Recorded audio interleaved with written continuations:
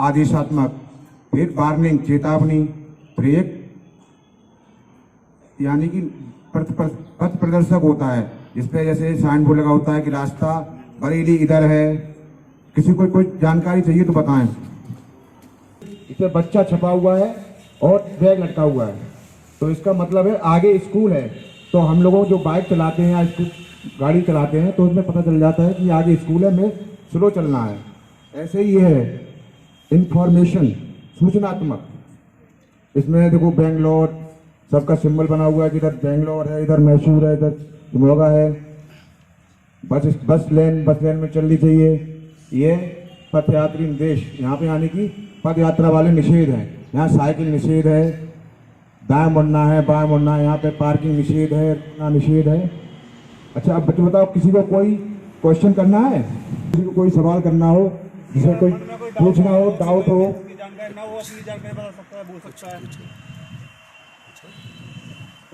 No question.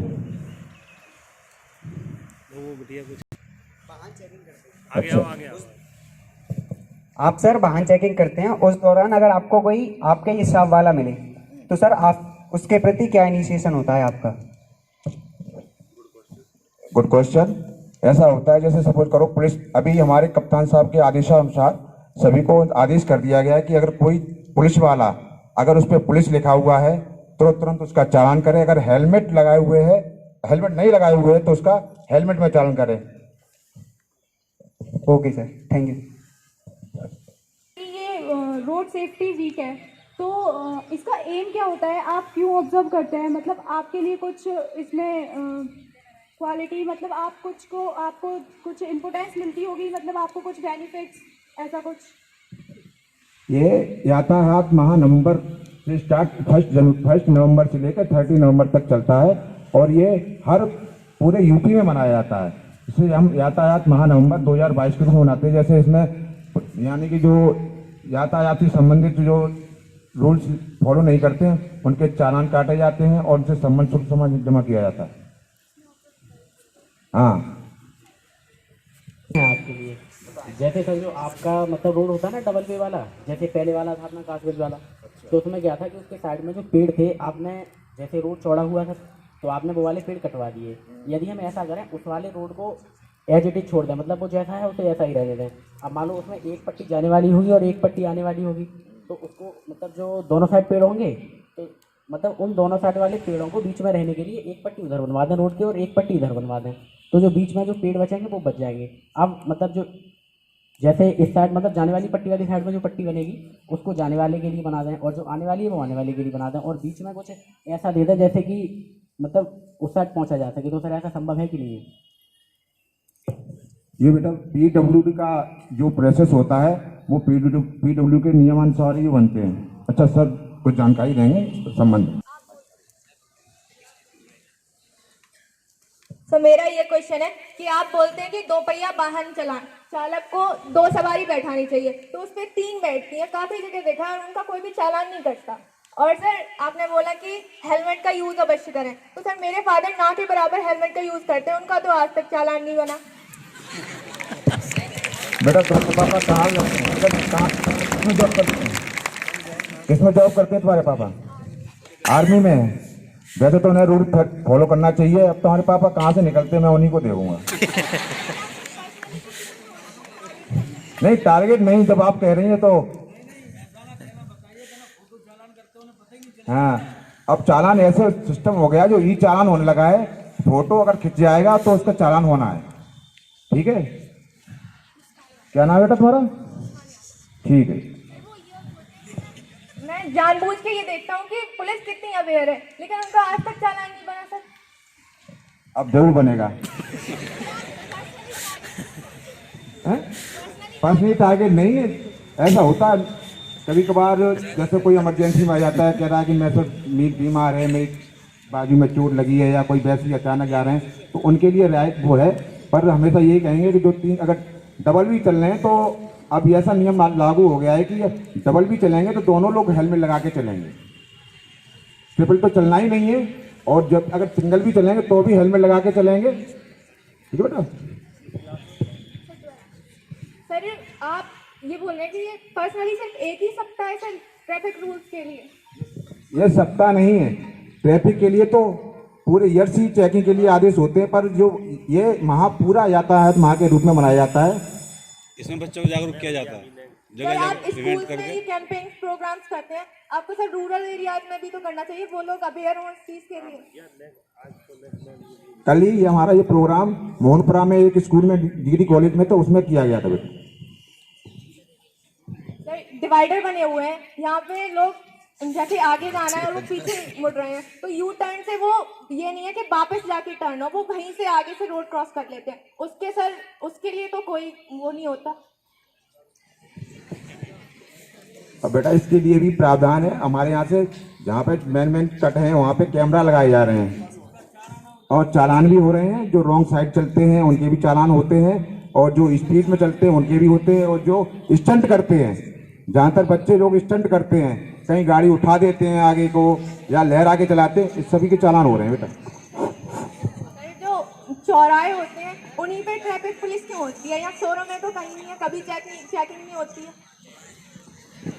शोरों में भी हमारे यहाँ ITO साहब के द्वारा चेकिंग की जाती है और हमारे PSI साहब के द्वारा भी चेकिंग की जाती है। नहीं हेलो बेटी, ऐसा है ये जो तुम ये सवाल बहुत अच्छा पूछ रही बेटी, क्योंकि यहाँ ऐसा नहीं है, चेकिंग हम पूरे जिले के अंदर करते हैं। अब जैसे तुम अपने पापा वाली बात पे, तो एक्चुअल जो हम लोग आर्मी मैन को थोड़ा अवॉइड करते हैं, समझाते हैं कि भाई आर्मी मैन समझदार लोग होते हैं कि ये चलें, लेकिन जो तुम बता रहे हो ना कि और इन देहात क्षेत्रों में, हम लोग देहात क्षेत्रों में बराबर जाते हैं। और अभी इनको ही लेके मैं गया था जो पटियाली चौराहे पे कुछ दिन पहले जो है पटियाला कार्रवाई की थी, और हम लोग आज फिर शाम को करेंगे इसी ड्रिंक एंड ड्राइव के खिलाफ बात करेंगे।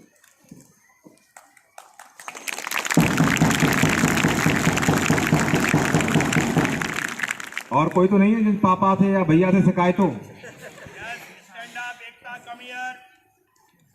जिनके भैया को समझाते हो फिर भी वो हेलमेट ना लगाते हो या सीट बेल्ट नहीं लगाते हो।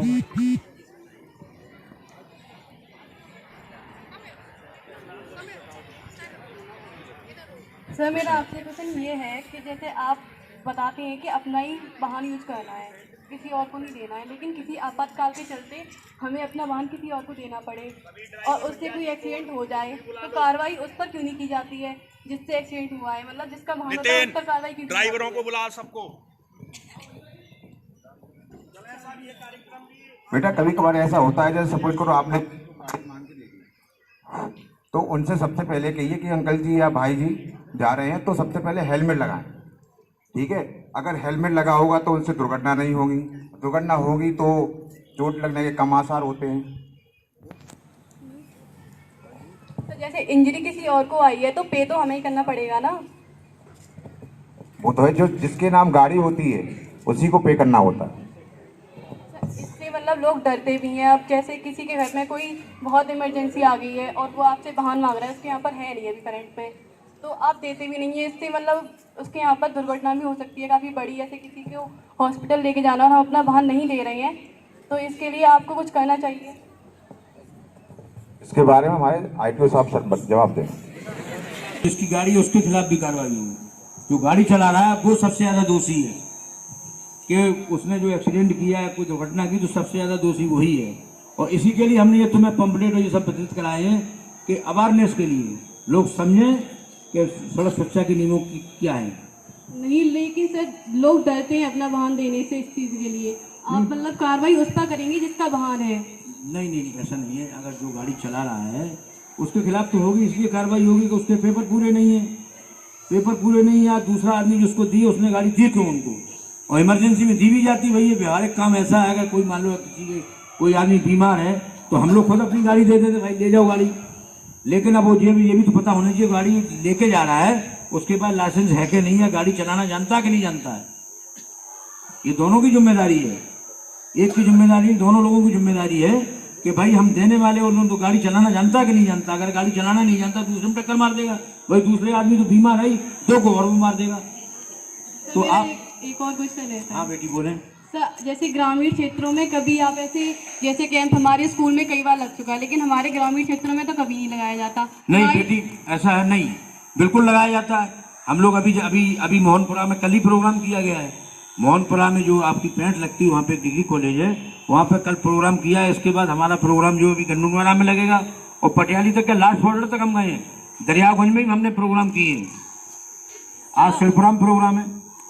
सर मैं तवालपुर की रहने वाली हूँ और सर मेरे क्षेत्र के आसपास किसी भी गांव में नहीं हुआ है और ना ही मेरे गांव में हुआ है अब तक। ऐसा है बेटा, इसके लिए हमने जो वीडियो जो आपके हैं वीडियो कासगंज लिखिए। वीडियो कासगंज पूरे जिले के जितने भी वीडियो सातों ब्लॉक हैं उनके सभी वीडियो को हमने इसके बारे में चिट्ठी भेजी है और ये पंपलेट वितरित कराए हैं सभी के लिए कि वो गांव में जाकर ग्राम प्रधानों के साथ मीटिंग करें और ये पंपलेट ग्रामीण क्षेत्रों को वितरित करें। और नहीं है तो एक बार उन लोगों को फिर हम मीटिंग करें। तुम्हारा सुझाव अच्छा है, इसको नोट कर लीजिए टीआई साहब। वीडियो के साथ मीटिंग करके सभी ग्राम प्रधानों को ये रोड सुरक्षा के नियमों की जानकारी दी जाएगी और उसके लिए टाइम भी निश्चित कर दिया।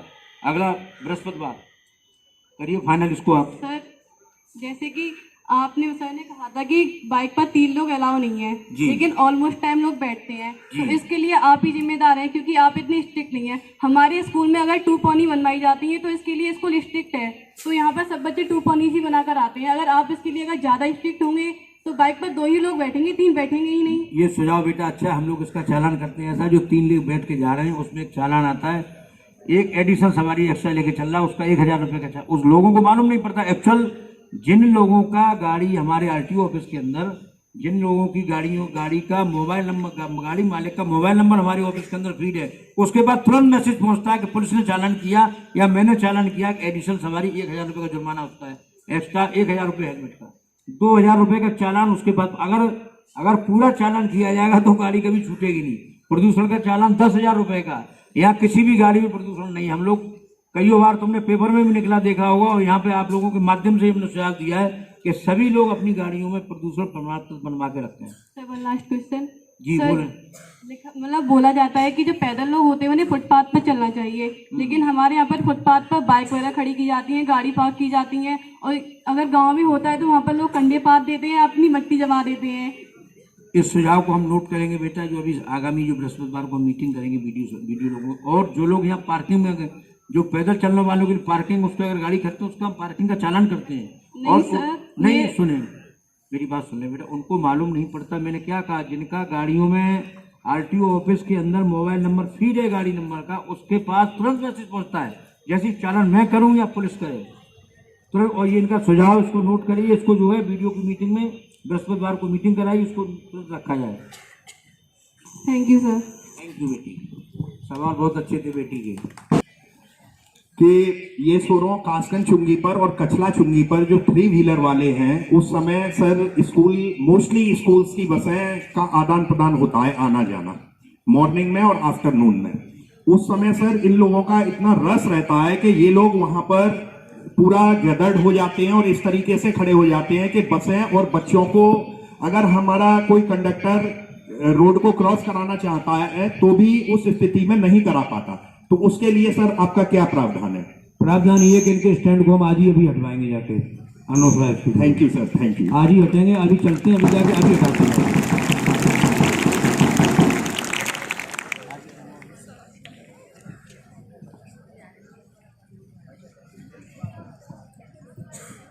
होती है वो भी तो 2 पहिया वाहन है, उसमें क्यों नहीं है?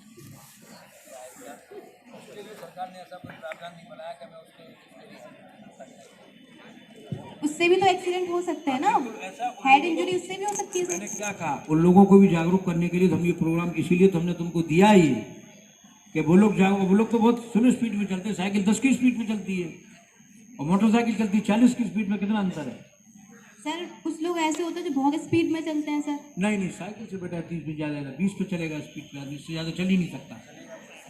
और चलेगा तो कितनी देर चलेगा आप बताइए? वो मशीन थोड़ी है, और मोटरसाइकिल है मशीन। अगर उसका हैवी ट्रक या किसी और से एक्सीडेंट हो जाता है फिर? तो बेटा वो ट्रक वाला ही जिम्मेदार हो, तो उसकी जिम्मेदारी ट्रक वाले की होगी। नहीं सर, जिम्मेदार तो होगा पर उसको भी तो चोट पहुंचेगी सर। अगर वो खत्म हो गया वहीं पे तो वो जिम्मेदारी से क्या होता है सर? एक बात, इसीलिए तो हम ये तुम्हें अवेयरनेस करने के लिए प्रोग्राम कर रहे हैं कि तुम इसको पढ़ो और अपने माँ बाप को बताओ, माँ बाप जो 10 लोगों को और बताएं। और ये प्रोग्राम हमेशा चलते रहेंगे। आपके विद्यालय में, कल दूसरे विद्यालय में होगा। इस तरीके से पुलिस जो है, ऐसा नहीं है कि हम लोग यहाँ प्रोग्राम कर रहे हैं तो जिले में और कहीं प्रोग्राम नहीं हो रहे हैं।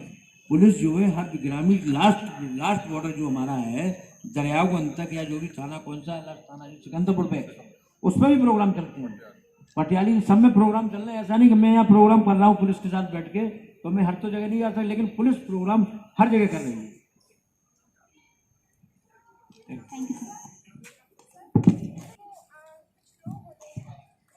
सर कुछ लोग होते हैं, मैंने कल ही देखा था कि साइकिल पर थे और एक बाइक पर, तो बाइक वाला चल रहे थे और साइकिल वाले ने उसका हाथ पकड़ लिया, तो जितनी स्पीड से बाइक चल रही थी उतनी ही स्पीड से साइकिल चल रही थी। तो सर इसके लिए क्या? इसमें बेटा जो स्टंट में चालान किया जाता है, इसका जो है, इसका एक स्टंट स्टंट का एक है हमारे यहाँ, उसको हम स्टंट में मोटरसाइकिल वाले का चालान करते हैं अगर इस तरीके के लोग मिलते हैं तो दोनों का चालान कटता है? नहीं, केवल मोटरसाइकिल वाले का। साइकिल का चालान नहीं हो सकता बेटी। Okay sir. देखिए ऐसा है, प्रशासन जो होता है, जिससे हमारे ARTO साहब हैं, पुलिस प्रशासन से श्री तोमर साहब हैं, ये चालान करने के लिए नहीं है, ये समाज में एक व्यवस्था बनाने के लिए सरकारी पद होते हैं जिन्हें सभी मेंटेन करते हैं। और उन सरकारी पदों पर लोग रहते हुए अपनी अपनी जिम्मेदारी निभाते हुए लोगों को जागरूक करते हैं, लोगों को संभालते हैं। अगर केवल ये चालान करने पर उतर आए तो पूरे दिन में मैं समझता हूं जाने कितने लोगों को कितना बड़ा नुकसान होगा। लेकिन इनकी भी अपनी एक जिम्मेदारी है, ये भी हमारे समाज से आते हैं, ये समाज के भलाई के लिए है, समाज में सुधार लाने के लिए है, ना कि समाज के लोगों को प्रताड़ित करने के लिए। जो अवेयरनेस प्रोग्राम ये लोग चला रहे हैं, चाहते तो अब ये रोड पे खड़े होकर चालान करते ना, अवेयरनेस प्रोग्राम क्यों चलाते? अवेयरनेस प्रोग्राम इसीलिए हैं ताकि आप हर प्रकार के नुकसान से बच सकें, चाहे वो आर्थिक हो, चाहे वो आपका स्वास्थ्य संबंधी हो, किसी भी प्रकार से हो। अब आप देख सकते हैं, TI साहब मुझे अभी दिखा रहे हैं कि 9 तारीख में, यानी कि जो कल तारीख गुजरी है, केवल टोटल चालान 1904 हुए हैं। एक दिन में 1904 चालान हुए हैं। ये तो सर के विभाग के हैं, अभी ARTO विभाग के अलग होंगे, और ये तो केवल इन्होंने अकेले किए और थाने और आप सोचिए कितने चालान होंगे। लेकिन इनका उद्देश्य ये नहीं कि प्रत्येक व्यक्ति का चालान काट दिया जाए और चालान करके पैसे राजकोष में जमा कराएं, ऐसा उद्देश्य नहीं है। उद्देश्य ये है कि प्रत्येक व्यक्ति की सुरक्षा की चिंता की जाए, प्रत्येक व्यक्ति को कैसे अवेयर किया जा सकता है। और आप देखिए कितना रेवेन्यू केवल कल की डेट में इकट्ठा किया। ये कल की डेट का है सर, ये परसों का है, 19,89,000 रुपए। ये केवल आप समझिए कासगंज डिस्ट्रिक्ट का वनडे का है। अब आप कैलकुलेट कीजिए, इनका भी उद्देश्य ये नहीं है, पता नहीं कौन व्यक्ति, गरीब व्यक्ति किसी भी प्रकार से किस अवस्था में कहीं जा रहा हो और ये चालान काट दें 2-4-5 हज़ार रुपए के लिए, किसी के लिए बहुत बड़ी रकम होती है। तो उन चीजों को आप लोगों के माध्यम से उन लोगों तक पहुंचाया जा सके। इनके कार्यक्रमों को करने का उद्देश्य मेन यही है ताकि वो लोग हर प्रकार के नुकसान से बच सकें। जिम्मेदारी किसकी है? अच्छा, इनकी है क्या? आपकी जान की, आपकी स्वयं की है। आपकी आर्थिक जिम्मेदारी, अपने पैसे बचाने की जिम्मेदारी आपकी स्वयं की है, इनकी नहीं है। बात समझ रहे हैं ना आप लोग? मनुष्य और पशु में इतना ही अंतर होता है कि मनुष्य क्या करता है? नियमों का पालन। जो भी कार्य करता है उसके कुछ नियम होते हैं, उन नियमों का पालन करना चाहिए। और पशु क्या होता है? वो नहीं करता है।